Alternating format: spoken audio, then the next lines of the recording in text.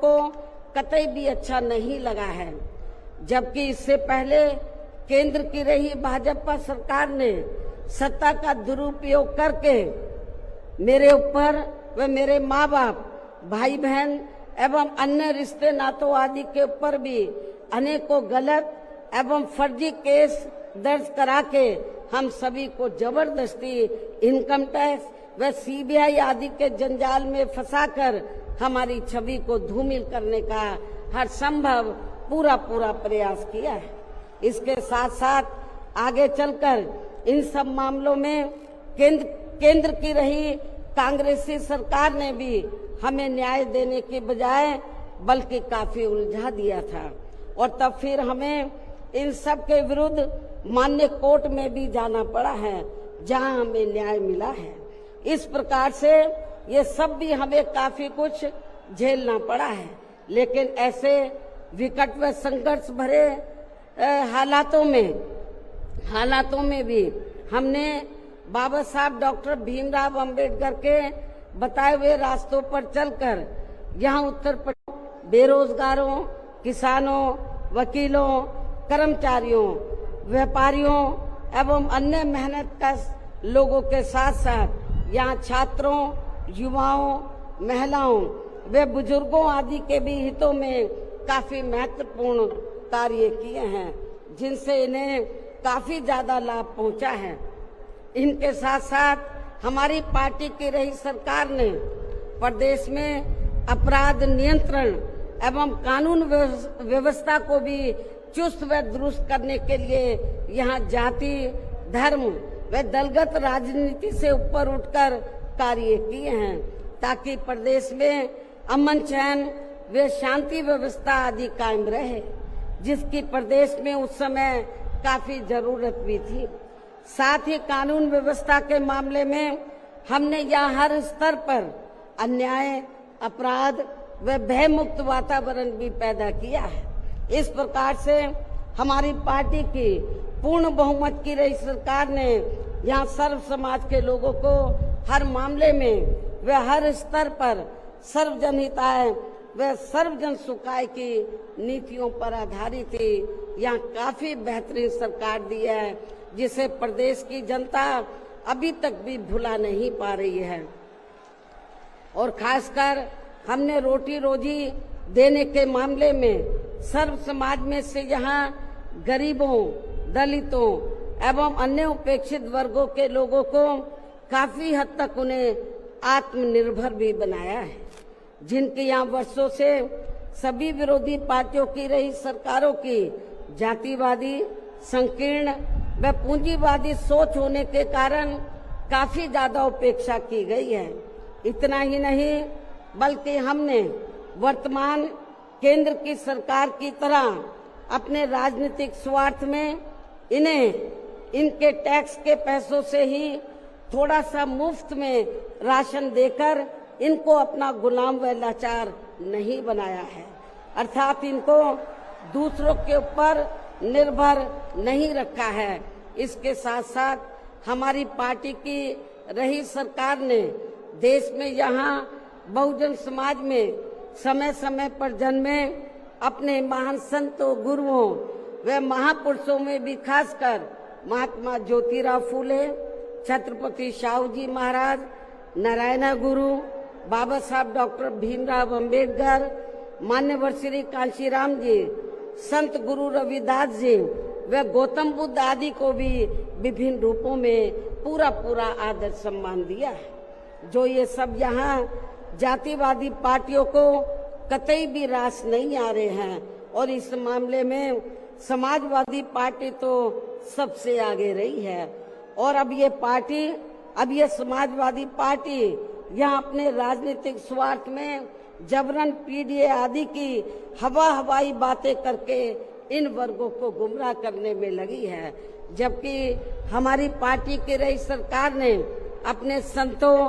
गुरुओं व महापुरुषों आदि के नाम पर यहाँ प्रदेश में जिन जिलों, संस्थानों एवं योजनाओं आदि के नाम रखे थे, तो उनमें से काफी को तो सपा की रही सरकार ने बदल दिया है, जैसा कि शुरू में मैंने आप लोगों को बताया है। साथ ही हमने इन वर्गों के विकास व उत्थान में जो अनेकों महत्वपूर्ण योजनाएं शुरू की थी, तो उन्हें भी अधिकांश बंद कर दिया गया है। आरक्षण दिए जाने के मामले में भी सपा की रही सरकार ने यहाँ दलितों, आदिवासियों एवं अन्य पिछड़े वर्गों के लोगों के साथ हमेशा पक्षपात वाला रवैया ही अपनाया है। इनके पदोन्नति में आरक्षण को तो इस पार्टी की रही सरकार ने एक प्रकार से यहाँ खत्म ही कर दिया था। इसके अलावा इनकी रही सरकार में यहाँ गुंडों, बदमाशों, माफियाओं एवं अन्य अराजक तत्वों को ही ज्यादातर बढ़ावा दिया गया है, जिसकी वजह से यहाँ कानून व्यवस्था भी काफी बुरी तरह से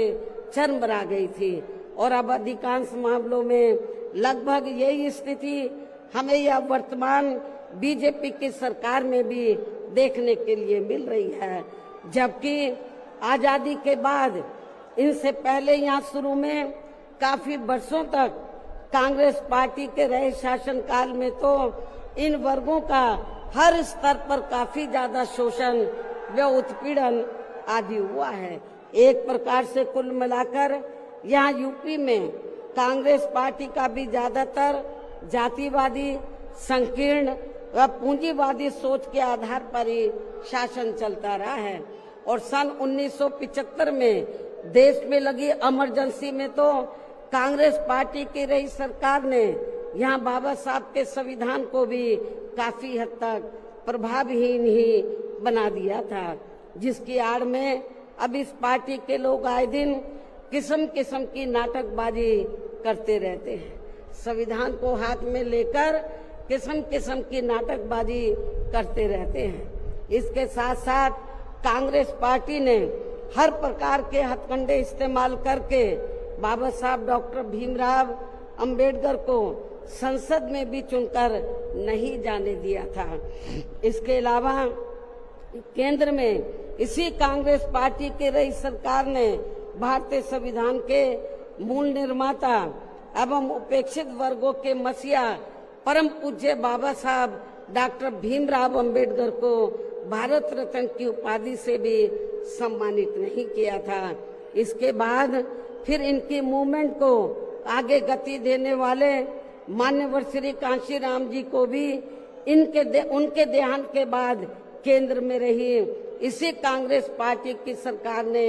इनके सम्मान में एक दिन के लिए भी राष्ट्रीय शोक घोषित नहीं किया था। इसी प्रकार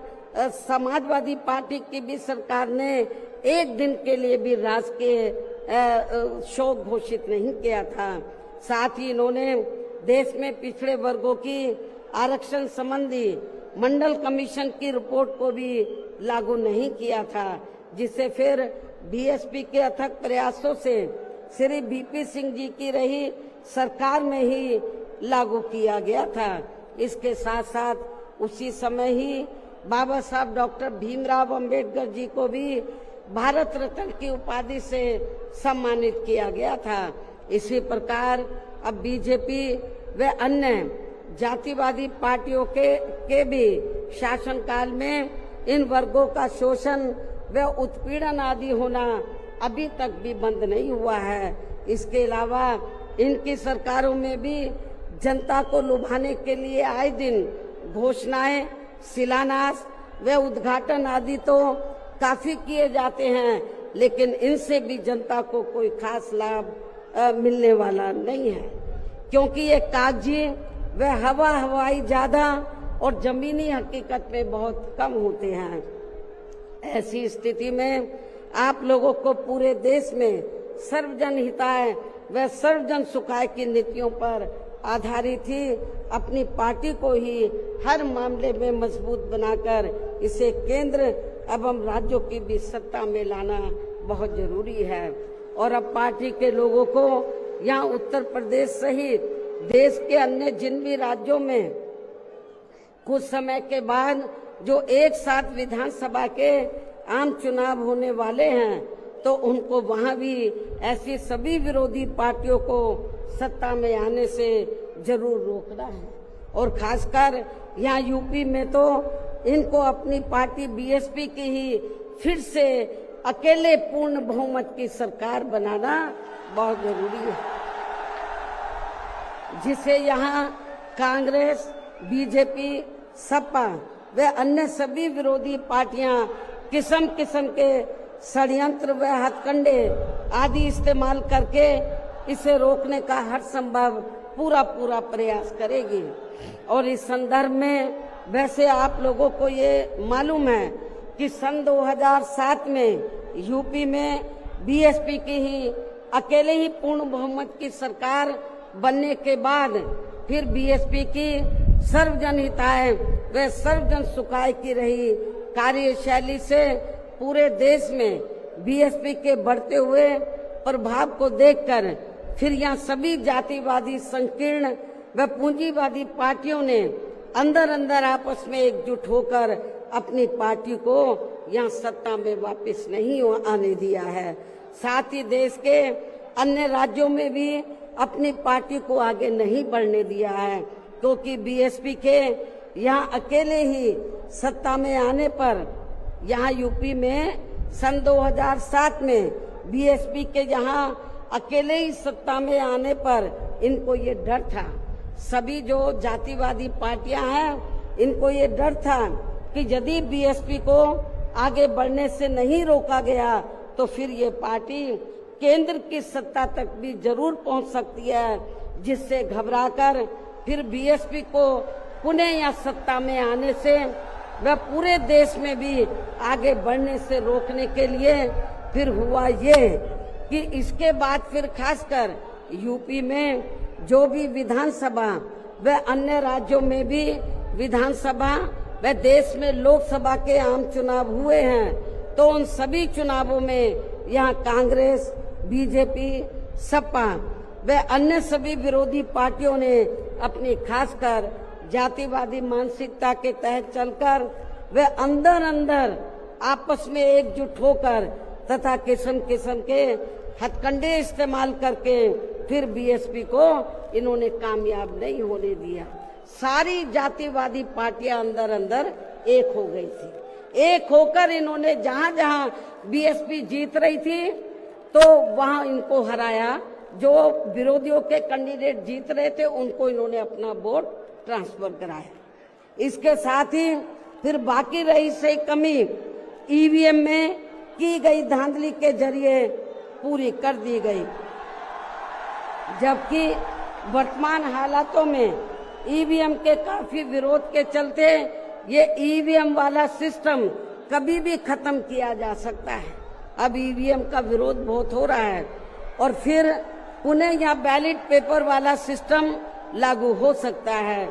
इसकी भी काफी करवा के बीएसपी को कमजोर करने में लगी है और अब तो ये पार्टियां अंदर अंदर खुद अपने वोट ट्रांसफर करा के इनके एक आधी उम्मीदवार भी जिताकर भेज रही है, ताकि पार्टियों एवं संगठनों आदि को नहीं देना है,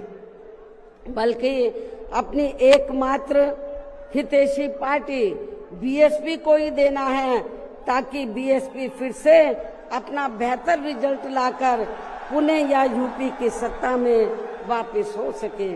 तथा देश के अन्य सभी राज्यों में भी पार्टी पुणे आगे बढ़ सके। और इसके लिए विरोधी पार्टियों के ऐसे अनेकों और भी सभी हथकंडों से अपनी पार्टी के लोगों को जरूर सावधान रहना है। इसके अलावा पार्टी के लोगों को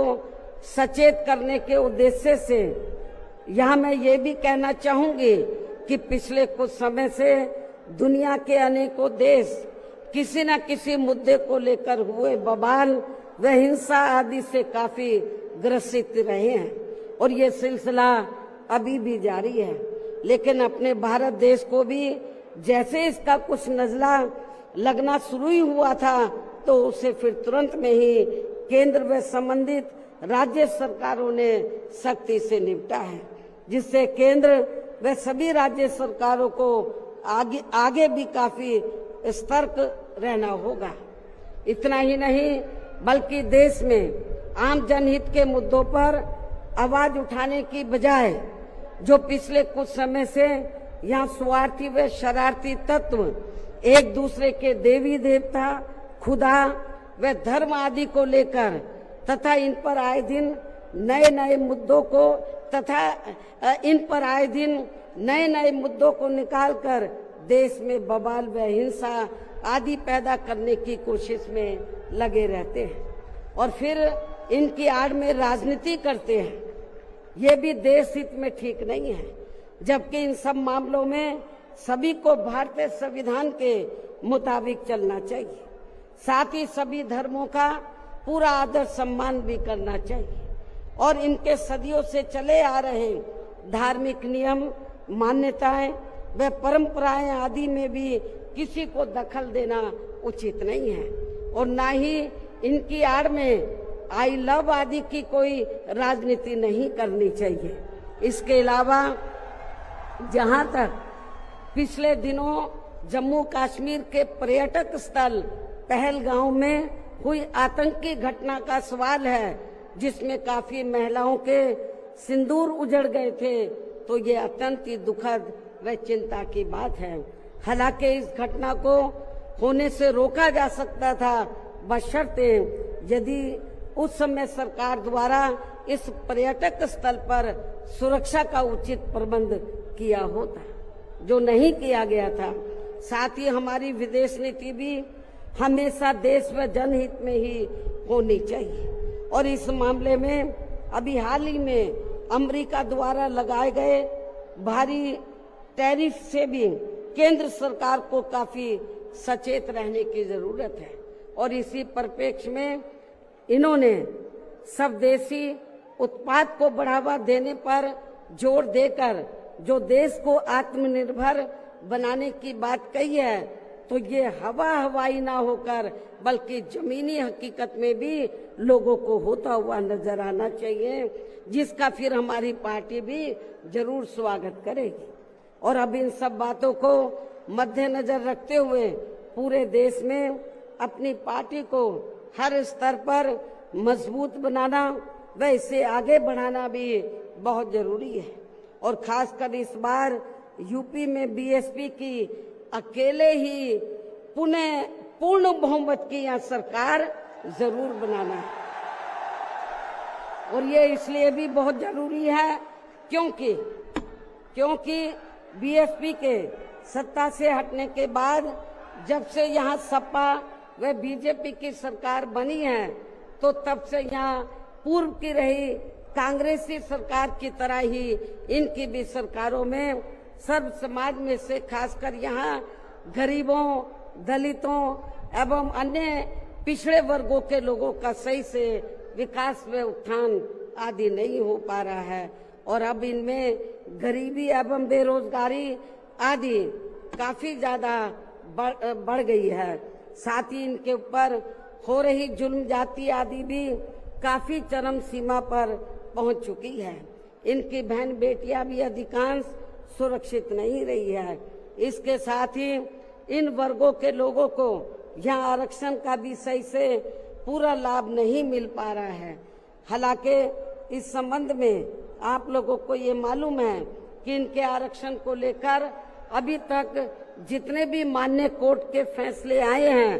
तो उनकी सभी जातिवादी पार्टियों की रही सरकारों ने सही से पैरवी नहीं की है, जिससे अब इनको आरक्षण का बहुत कम ही लाभ मिल पा रहा है। और इस मामले में यहाँ मैं ये भी कहना चाहूंगी कि बीएसपी के अथक प्रयासों से देश में एससी व एसटी वर्गों के सरकारी नौकरियों में पदोन्नति में आरक्षण को प्रभावी बनाने के लिए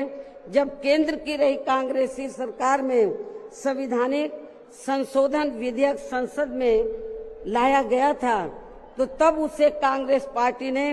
बीजेपी व अन्य आरक्षण विरोधी पार्टियों की अंदरूनी मिलीभगत से पास तक भी नहीं होने दिया था, जो अभी तक भी संसद में लटका पड़ा है। जबकि समाजवादी पार्टी के सांसदों ने तो इस बिल को ही संसद में फाड़ दिया था। इतनी ज्यादा इस पार्टी को इनके पदोन्नति में आरक्षण दिए जाने को लेकर इस बिल से इनको जबरदस्त एलर्जी थी, नफरत थी। ऐसे में अब आप ही ये बताएं, क्या ऐसी स्थिति में कांग्रेस, बीजेपी व सपा आदि जैसी इन जातिवादी पार्टियों में यहाँ खासकर अपने दलितों एवं अन्य उपेक्षित वर्गों के लोगों का सही से विकास व उत्थान आदि हो सकता है? मैं समझती हूँ कतई भी संभव नहीं है। इसके अलावा इन्हीं की तरह यहाँ उत्तर प्रदेश सहित पूरे देश में मुस्लिम एवं अन्य धार्मिक अल्पसंख्यक समाज के लोगों का भी सही से विकास व उत्थान आदि होना तो बहुत दूर की बात रही, बल्कि अब तो इनका जान माल व मजहब आदि भी पूरे तौर से सुरक्षित नहीं रहा है। इनकी सच्चर कमेटी की रिपोर्ट भी दरकिनारी कर दी गई है। अपर कास्ट समाज में से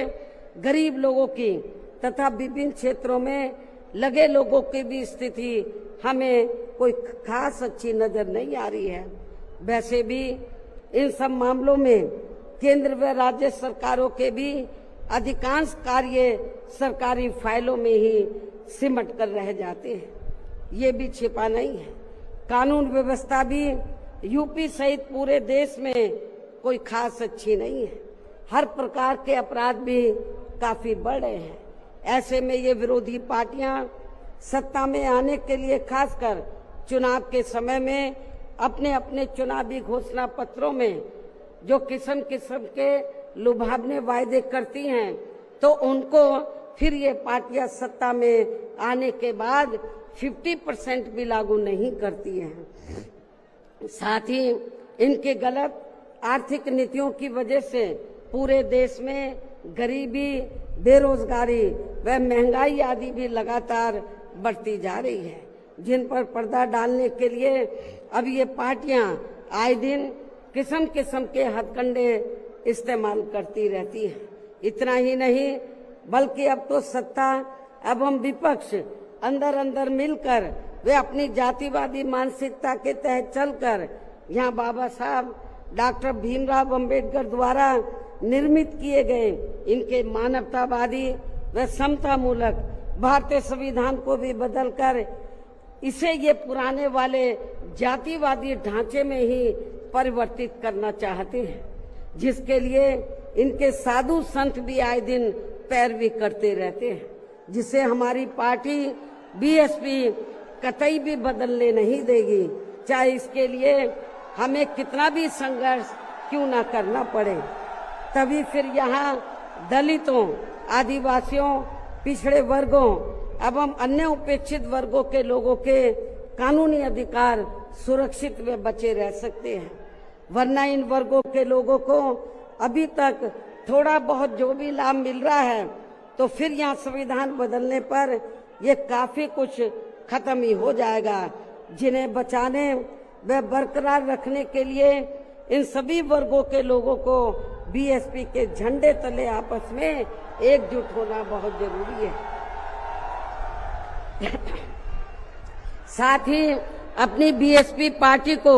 हर स्तर पर मजबूत बनाकर इसे सत्ता में भी लाना बहुत जरूरी है, क्योंकि बीएसपी ही एक ऐसी पार्टी है जो यहाँ बाबा साहब के बनाए गए संविधान को सुरक्षित रख सकती है और संविधान के मुताबिक चलकर यहाँ सदियों से उपेक्षित रहे दलित एवं अन्य उपेक्षित वर्गों के लोगों को अपने पैरों पर खड़ा कर सकती है। और ये सब आप लोगों ने यूपी में अपनी पार्टी की 4 बार रही सरकार के दौरान होते हुए देखा है। ऐसे में अब यूपी में बीएसपी को ही फिर से सत्ता में लाकर यहाँ की जनता को हर मामले में खुशहाल बनाना होगा, जिसके लिए पार्टी के लोगों को सन 2007 में हुए विधानसभा चुनाव की तरह ही इस बार भी यहाँ पूरे प्रदेश में प्रत्येक पोलिंग बूथ स्तर पर अब इसके लिए करना क्या आप लोगों को, जिसके लिए पार्टी के लोगों को सन 2007 में हुए विधानसभा चुनाव की तरह ही इस बार भी यहाँ पूरे प्रदेश में प्रत्येक पोलिंग बूथ स्तर पर सर्व समाज को व विशेषकर बहुजन समाज के लोगों को उनकी छोटी छोटी बैठकों के जरिए उन्हें बीएसपी की सर्वजन हिताय व सर्वजन सुखाय की नीतियों एवं सिद्धांतों आदि से जोड़ना है और इस दौरान इन्हें बीएसपी के बेहतरीन रहे शासनकाल की उपलब्धियों के बारे में बताना है। साथ ही उन्हें विरोधी पार्टियों के किस्म किस्म के हथकंडों से सावधान रहने के बारे में भी जरूर बताना है। और आज जो भी बातें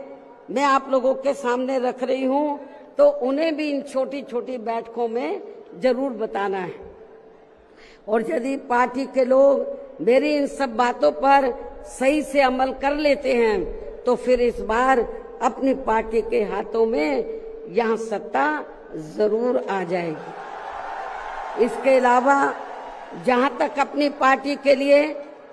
अकेले चुनाव लड़ने का सवाल है, आप लोग ध्यान से सुने मेरी बात। इसके अलावा जहां तक अपनी पार्टी के लिए अकेले चुनाव लड़ने का सवाल है तो इसके बारे में भी यहाँ मैं अपनी पार्टी के अब तक के रहे अनुभवों को ध्यान में रखकर ये बताना जरूरी समझती हूँ कि देश के अन्य प्रदेशों की तरह खासकर यहाँ यूपी में जब भी हमारी पार्टी ने विधानसभा का आम चुनाव गठबंधन करके लड़ा है तो तब फिर हमारी पार्टी को कोई विशेष लाभ नहीं हुआ है, क्योंकि हमारी पार्टी का जो वोट है, हमारी पार्टी का वोट तो गठबंधन वाली पार्टी को एक तरफा ट्रांसफर हो जाता है, लेकिन उनका जातिवादी मानसिकता की वजह से विशेषकर अपर कास्ट समाज का वोट बीएसपी के उम्मीदवारों को ट्रांसफर नहीं हो पाता है। और वास्तव में यही सही और हकीकत भी है, जिससे फिर हमारी पार्टी के उम्मीदवार भी बहुत कम जीत पाते हैं तथा पार्टी का वोट प्रतिशत भी काफी कम हो जाता है। इसके साथ ही गठबंधन की सरकार बनने पर अपनी पार्टी के नेतृत्व में बनी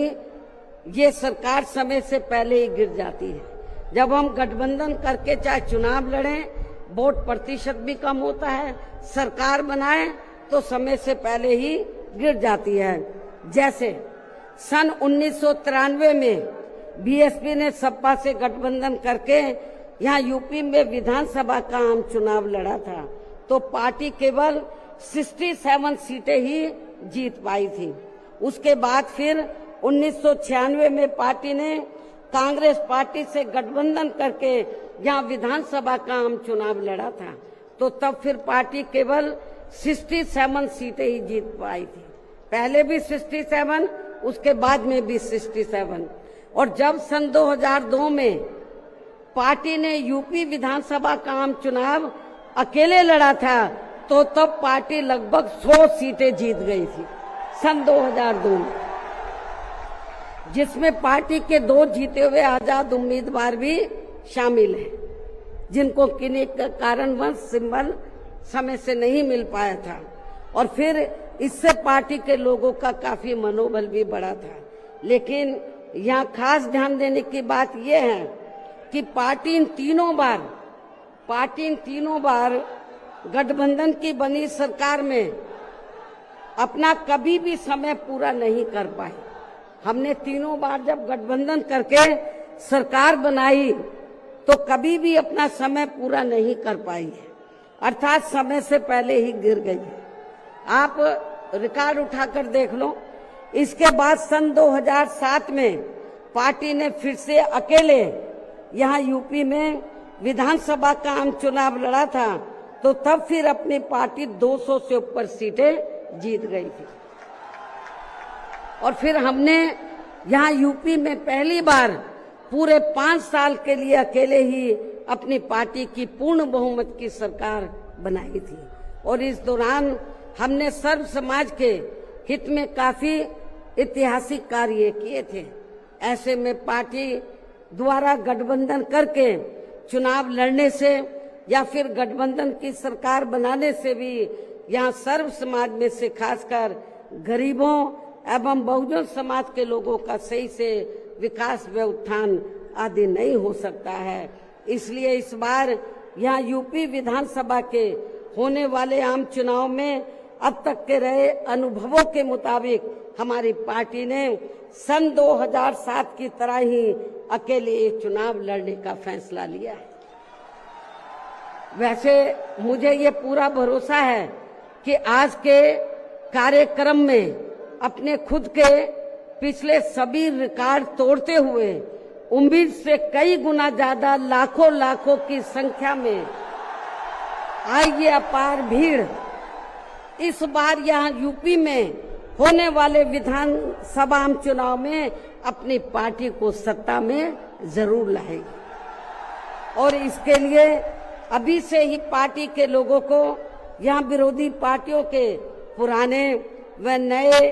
सभी षड्यंत्रों व हथकंडों आदि से सावधानी बरतते हुए अपनी पार्टी के जनाधार को बड़े पैमाने पर बढ़ाना है। साथ ही हर स्तर पर पार्टी को मजबूत भी बनाना है। विरोधियों की अफवाहों से भी पार्टी के लोगों को जरूर सचेत रखना है। और इस संबंध में इसका ताजा हथकंडा ये है कि इन्होंने आज के 9 अक्टूबर के कार्यक्रम के घोषित होते ही पिछले महीने से ये अफवाह फैलाना शुरू कर दिया था। मैं क्यों बोल रही हूँ अफवाहों से सावधान रहना है, क्योंकि इस संबंध में ताजा उदाहरण ये है कि इन्होंने आज के 9 अक्टूबर के कार्यक्रम के घोषित होते ही पिछले महीने से ये अफवाह फैलाना शुरू कर दिया था कि दूसरी पार्टियों के फलाना वरिष्ठ नेता बीएसपी में आ रहे हैं और वे बीएसपी प्रमुख से दिल्ली व लखनऊ में भी मिले हैं, लेकिन मुझे तो इसके बारे में अभी तक भी कोई जानकारी नहीं है। मिलना तो बहुत दूर की बात है और मैं कभी छिप के नहीं मिलती हूँ, जब मिलती हूँ तो खुले में मिलती हूँ मन। इतना ही नहीं बल्कि अन्य और भी मामलों में किस्म किस्म की गलत, झूठी व तथ्यहीन खबरें एवं अफवाहें आदि फैलाने के लिए भी यहाँ विरोधी लोग सोशल मीडिया, जातिवादी मानसिकता वाले टीवी चैनल एवं प्रिंट मीडिया आदि का भी काफी दुरुपयोग व गलत इस्तेमाल कर सकते हैं। जबकि विरोधी लोग सन 2007 में भी ऐसी अफवाहें फैलाते रहे हैं, लेकिन उस समय हमारे लोगों के गुमराह ना होने की वजह से फिर अपनी पार्टी की यहाँ अकेले ही पूर्ण बहुमत की सरकार बन गई थी। और यदि पार्टी के लोग इस बार भी चुनाव में वोट पड़ने तक या किसी भी मामले में गुमराह नहीं होते हैं तो फिर इस बार हमारी पार्टी की पुनः या पूर्ण बहुमत की सरकार जरूर बन जाएगी। वैसे मुझे पूरी उम्मीद है कि पार्टी के लोग मेरी इन सब बातों पर सही से अमल करके इस बार अपनी पार्टी बीएसपी को ही अकेले यहाँ सत्ता में जरूर लाएंगे और अपनी बहन जी को 5वीं बार यूपी का मुख्यमंत्री भी जरूर बनाएंगे। और आज ये लाखों की तादाद में आई अपार भीड़ व उनका जोश व उत्साह भी इस बात के काफी कुछ संकेत दे रहा है। जिनको यहाँ दूसरी पार्टियों की तरह ये जो लाखों की संख्या में लोग आए हैं तो इनको यहाँ दूसरी पार्टियों की तरह मजदूरी देकर दिहाड़ी पर नहीं लाया गया है, बल्कि ये लोग अपने खून पसीने की कमाई के पैसों से ही खुद चलकर आज के अपने 9 अक्टूबर के प्रोग्राम में मुझे सुनने के लिए आए, जिन्होंने भीड़ के मामले में आज अपने खुद के भी अपने पिछले सभी रिकॉर्ड तोड़ दिए हैं। और अब मैं यहाँ आप लोगों को ये भी विश्वास दिलाना चाहती हूँ, जब इस बार बीएसपी की पुनः यहाँ पूर्ण बहुमत की सरकार बन जाएगी तो तब फिर हमारी पार्टी की बनी ये सरकार यहाँ पिछली रही सपा सरकार ने व वर्तमान में चल रही बीजेपी की भी सरकार ने जो इन्होंने अपनी जातिवादी, संकीर्ण व पूंजीवादी मानसिकता के तहत चलकर काफी नए नए नियम व कानून आदि बना दिए हैं, तो उनकी जरूर समीक्षा की जाएगी। और इनमें से जो भी नियम व कानून आदि सर्वजन हिताय व सर्वजन सुखाय की नीतियों एवं सिद्धांतों आदि से जुड़े नहीं होंगे, तो उन्हें फिर सर समाज के हित में जरूर बदल दिया जाएगा। इसके साथ साथ बीएसपी की पूर्व की रही सरकार में खासकर दलित एवं अन्य उपेक्षित वर्गों के हितों के लिए लिए गए फैसलों को जो इनकी सरकारों ने काफी बदल दिए हैं, तो उन्हें भी यहाँ फिर से पुरानी वाली स्थिति में ही लाया जाएगा, अर्थात उन्हें बहाल कर दिया जाएगा। इसके अलावा सपा व बीजेपी की सरकार ने भी प्रदेश व जनहित के विरुद्ध जाकर जो कुछ भी गलत फैसले ले लिए हैं, तो उनकी भी समीक्षा करके उन्हें सही स्थिति में लाया जाएगा। साथ ही मेरी पूर्व की रही सरकारों की तरह ही हर मामले में व हर स्तर पर यहाँ सर्व समाज के व विभिन्न क्षेत्रों में लगे लोगों के हितों का तथा बेहतर कानून व्यवस्था बनाने पर भी विशेष ध्यान रखा जाएगा। साथ ही सर्व समाज में से गरीब एवं बेरोजगार लोगों को, जिसमें पुरुष व महिलाएं आदि दोनों शामिल हैं, इनको रोटी रोजी के साधन देने के लिए विशेष बल दिया जाएगा, जोर दिया जाएगा। यहाँ यूपी के लोगों को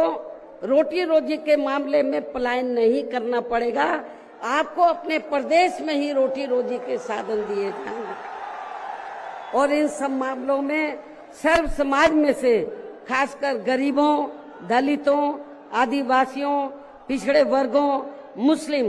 एवं अन्य धार्मिक अल्पसंख्यक समाज के लोगों का हर मामले में प्राथमिकता के आधार पर पूरा ध्यान रखा जाएगा।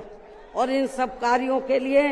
इस बार पुनः यहाँ अपनी पार्टी की पूर्ण बहुमत की सरकार बनाना बहुत जरूरी है, जिसकी पूरी उम्मीद भी है। इन्हीं जरूरी बातों के साथ ही अब मैं ये भी कहना चाहूंगी कि अपनी पार्टी को हर स्तर पर मजबूती देकर उसे बरकरार बनाए रखने के लिए जिस प्रकार से पार्टी के लोगों ने माननीय श्री कांशीराम जी के देहांत होने के बाद भी पार्टी की हर परिस्थिति में हमेशा मेरा साथ दिया है और अभी भी दे रहे हैं, तो ये मेरे व पार्टी के लिए बहुत ही गर्व की बात है। और अब तो पार्टी के राष्ट्रीय संयोजक श्री आकाश आनंद भी बीएसपी की मूवमेंट से काफी हद तक जुड़ चुके हैं, जो ये भी पार्टी के लिए अच्छे शुभ संकेत हैं। और अब ये यानी कि आकाश आनंद मेरे मार्गदर्शन व दिशा निर्देशन में अपनी पूरी लगन एवं मेहनत के साथ पार्टी को मजबूती देने में व पार्टी के जनाधार को भी बढ़ाने में पूरे जी जान से लगे, जिससे पार्टी के लोगों में आए दिन इनके प्रति काफी लगाव व उत्साह भी बढ़ा है। ये भी पार्टी हित में अच्छी बात है, जिसे ध्यान में रखकर अब मेरा इनके बारे में, आकाश आनंद के बारे में ये कहना है कि जिस प्रकार से पूरे देश में पार्टी के लोग माननीय श्री कांशीराम जी के जीते जी और उनके देहांत के बाद भी हर परिस्थिति में मेरे साथ खड़े रहे हैं, तो मैं भी ये चाहूंगी उसी प्रकार से पार्टी का जोखा आदि का कार्य भी काफी अच्छे से संभाल रहे हैं, जो ये पार्टी का खास कार्य है। इसलिए इनको पार्टी का राष्ट्रीय उपाध्यक्ष बनाकर इन्हें पार्टी की ये अति महत्वपूर्ण जिम्मेवारी सौंपी हुई। इसी प्रकार से पार्टी के राष्ट्रीय महासचिव श्री एस.सी. मिश्रा जी को भी हमने पार्टी का लीगल व मीडिया का तथा अपने खुद के समाज को भी, अपने खुद के ब्राह्मण समाज को भी पार्टी में जोड़ने का ये विशेष कार्य सौंपा हुआ है, जिसे ये मेरे दिशा निर्देशन में अपनी जिम्मेवारी को सही से निभा रहे हैं। हालांकि इनके बेटे श्री कपिल मिश्रा ने भी आज के कार्यक्रम में यह फ्री मेडिकल मदद देने की भी व्यवस्था की है, जो इनका ये कार्य पार्टी के प्रति इनके सेवा भाव को भी काफी कुछ दर्शाता है। पार्टी के हमारे विधायक श्री उमा शंकर सिंह जी भी पार्टी व मूवमेंट के हित में हमेशा मददगार व सक्रिय रहते हैं तथा इनको भी अपने खुद के समाज को पार्टी में जोड़ने की एक खास जिम्मेवारी सौंपी हुई है, जिससे ये पूरी ईमानदारी व निष्ठा से निभा रहे हैं। यूपी बीएसपी प्रदेश अध्यक्ष श्री विश्वनाथ पाल भी पार्टी संगठन का कार्य देखने व पिछड़े वर्गों को जोड़ने के साथ साथ ये पूरे प्रदेश में जहां जहां भी बहुजन समाज के लोगों पर जुल्म जाति आदि होती है तो वहां ये मेरे दिशा निर्देशन में जाकर उन्हें न्याय दिलवाने का भी पूरा प्रयास करते हैं। ये इनका पार्टी हित में अभी तक काफी सराहनीय कार्य चल रहा है। इसके अलावा आज के कार्यक्रम की सही व्यवस्था करने में लखनऊ जिला व मंडल यूनिट ने भी अपनी अहम भूमिका निभाई है। श्री जमील अख्तर प्रदेश कार्यालय से जुड़े लोगों ने भी आज के इस कार्यक्रम को सफल बनवाने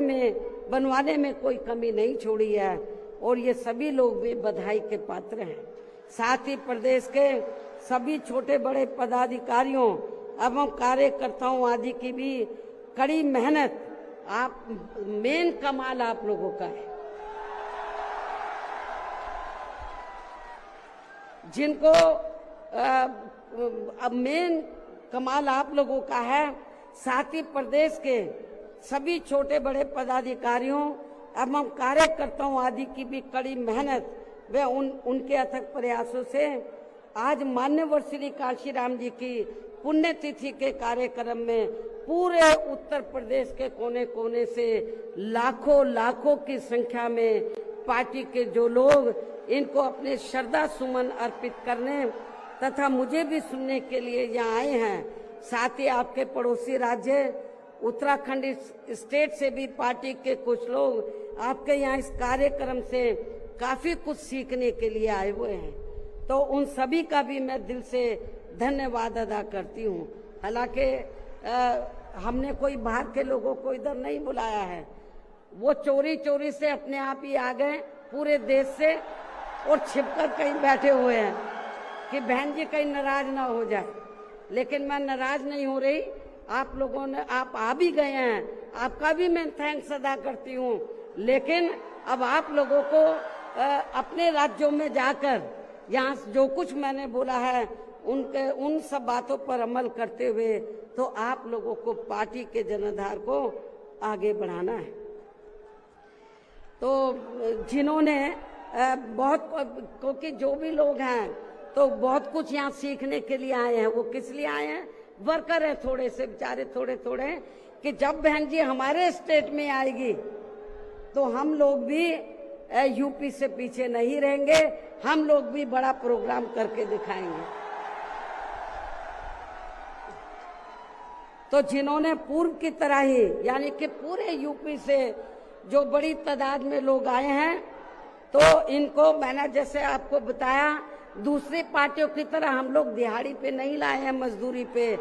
ये लोग अपने खुद के पैसों से चलकर यहाँ लाखों की संख्या में पहुंचकर वे भीड़ लाने के मामले में भी अपने खुद के ही पिछले सभी रिकॉर्ड तोड़ते हुए इस बार मान्यवर श्री कांशीराम जी के पुण्यतिथि के कार्यक्रम को ऐतिहासिक व जबरदस्त कामयाब बनाया है। साथ ही देश के अन्य सभी राज्यों में भी आज मान्यवर श्री कांशीराम जी की पुण्यतिथि के विभिन्न स्तर पर किए गए कार्यक्रम भी काफी कामयाब रहे हैं। उनकी भी पार्टी बहुत आभारी है। अंत में अब मैं पार्टी के लोगों को ये भी भरोसा दिलाना चाहती हूँ, इस बार यूपी में बीएसपी की 5वीं बार सरकार बनाने के लिए आप सभी लोगों के साथ साथ मैं भी हर स्तर पर अपनी पूरी ताकत लगा दूंगी, कोई कभी छोड़ूंगी नहीं। और इसके लिए इस बार मैं कोई कमी छोड़ूंगी नहीं, ये मेरा आज पार्टी के लोगों को वायदा भी है। और अब मैं पुनः अपनी तरफ से व उत्तर प्रदेश सहित पूरे देश में पार्टी के सभी लोगों की तरफ से भी मान्यवर श्री कांशीराम जी को आज उनकी 19वीं पुण्यतिथि के मौके पर पूरे तहे दिल से अपने श्रद्धा सुमन अर्पित करते हुए अपनी बात यहीं समाप्त करती हूँ। धन्यवाद। जय भीम व जय भारत। 9 अक्टूबर पुण्यतिथि श्रद्धा बहन कुमारी मावती जी, बहन कुमारी मावती जी, बहुजन समाज पार्टी जिंदाबाद, बहुजन समाज पार्टी जिंदाबाद, श्री आकाश आनंद जी जिंदाबाद, श्री आकाश आनंद जी जिंदाबाद। सर्व समाज के सम्मान में, सर्व समाज के सम्मान में, अपने महापुरुषों के सम्मान में, फूल अर्पित करते अपने महापुरुषों के सम्मान में बेटियां संघर्ष करो, राम जी बेटियां संघर्ष करो। श्रद्धांजलि हम देने आए हैं, करते हैं तुमको नमन। बाबा साहब अमर रहे, राम जी बाबा साहब अमर रहे, श्रद्धा के फूल अर्पित करते हैं, हम करते हैं तुमको नमन। जिंदाबाद, बहन कुमारी मावती जी जिंदाबाद।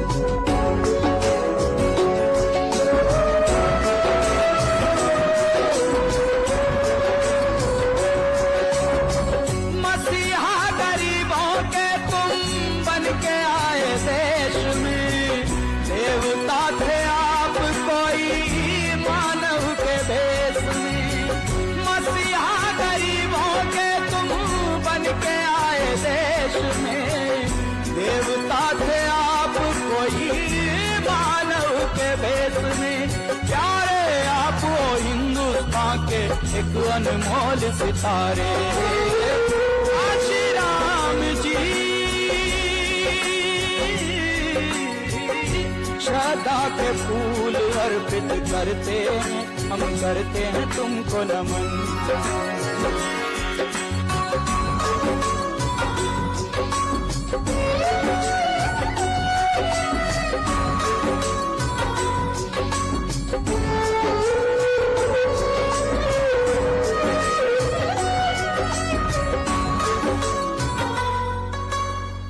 राह जो दिखाई तुमने माया बहन चल रही है,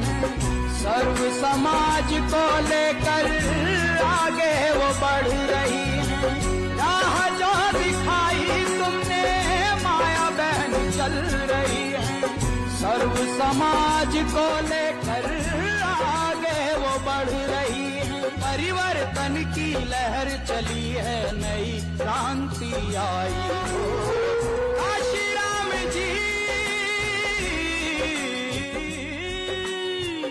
श्रद्धा के फूल अर्पित करते हैं, हम करते हैं तुमको नमन।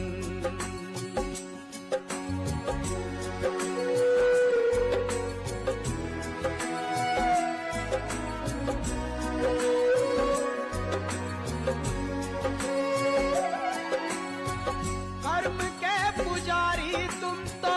पारखी बड़े थे, कर्मठ थे योद्धा बड़े आप दूरदर्शी थे। कर्म के पुजारी तुम तो पारखी बड़े थे, कर्मठ थे योद्धा बड़े आप दूरदर्शी थे। शपथ लेती पुण्यतिथि पर कहें बहन माया जी हो। कांशीराम जी श्रद्धा के फूल अर्पित करते हैं, हम करते हैं तुमको नमन।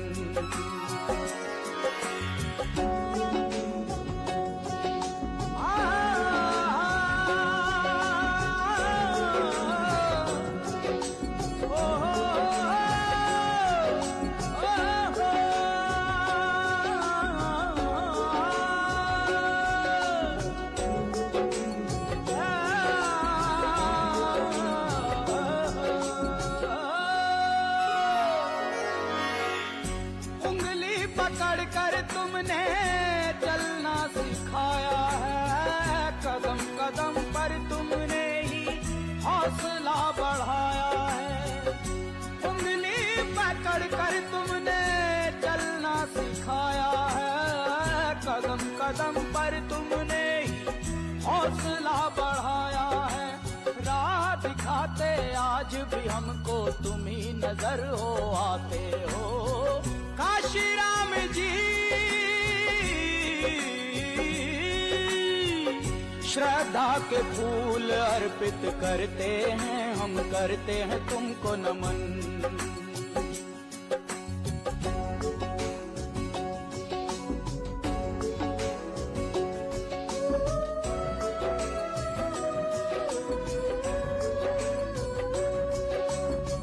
कर्म के पुजारी तुम तो पारखी बड़े थे,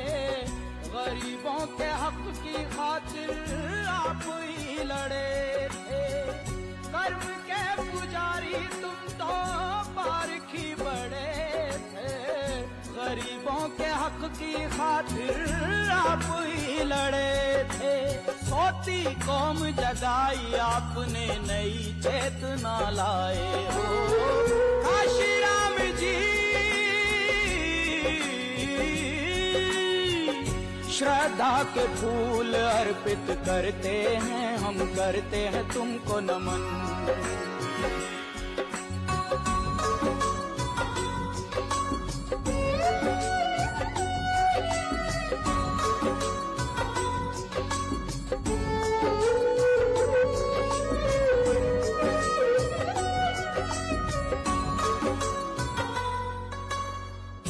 पल पल किया है तुमने